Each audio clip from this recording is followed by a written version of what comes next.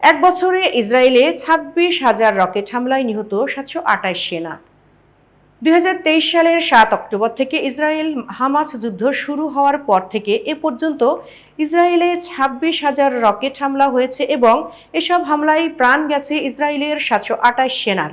ইসরায়েলের প্রতিরক্ষা বাহিনী সোমবার গাজা উপত্যকা, পশ্চিম তীর, লেবানন, ইরাক, ইয়েমেন ও লেবানন থেকে ইসরায়েলে ছোড়া রকেট, ড্রোন ও ক্ষেপণাস্ত্র হামলায় পরিসংখ্যান প্রকাশ করে।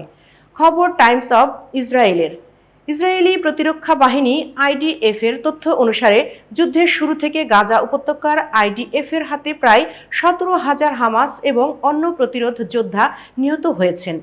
এর মধ্যে ৭ই অক্টোবর ইসরায়েলের অভ্যন্তরে প্রবেশ করা প্রায় ১,০০০ ফিলিস্তিনি যোদ্ধাও রয়েছেন। ওই দিন ফিলিস্তিনিরা ১২০০ ইসরায়েলিকে হত্যা করেন এবং আরও ২৫১ জনকে ইসরায়েল থেকে ধরে এনে গাজায় জিম্মি করে রাখা হয়। ইসরায়েলের দাবি, ধরে আনা এবং নিহতদের বেশিরভাগই বেসামরিক নাগরিক। অন্যদিকে হামাস পরিচালিত স্বাস্থ্য মন্ত্রণালয় বলেছে যে গাজায় প্রায় ৪১,৮০০ ফিলিস্তিনি নিহত হয়েছেন। আইডিএফের তথ্যে বলা হয়েছে তাদের সেনাবাহিনী ৮ জন হামাস ব্রিগেড কমান্ডার এবং পাশাপাশি ৩০ জনেরও বেশি ব্যাটালিয়ন কমান্ডারকে হত্যা করেছে। এছাড়াও হামাসের ১৬৫ জন কোম্পানি কমান্ডার এবং একই পদমর্যাদার হামাস নেতাকে হত্যা করা হয়েছে। এতক্ষণ বার্তা বৈঠকের সাথে থাকার জন্য ধন্যবাদ।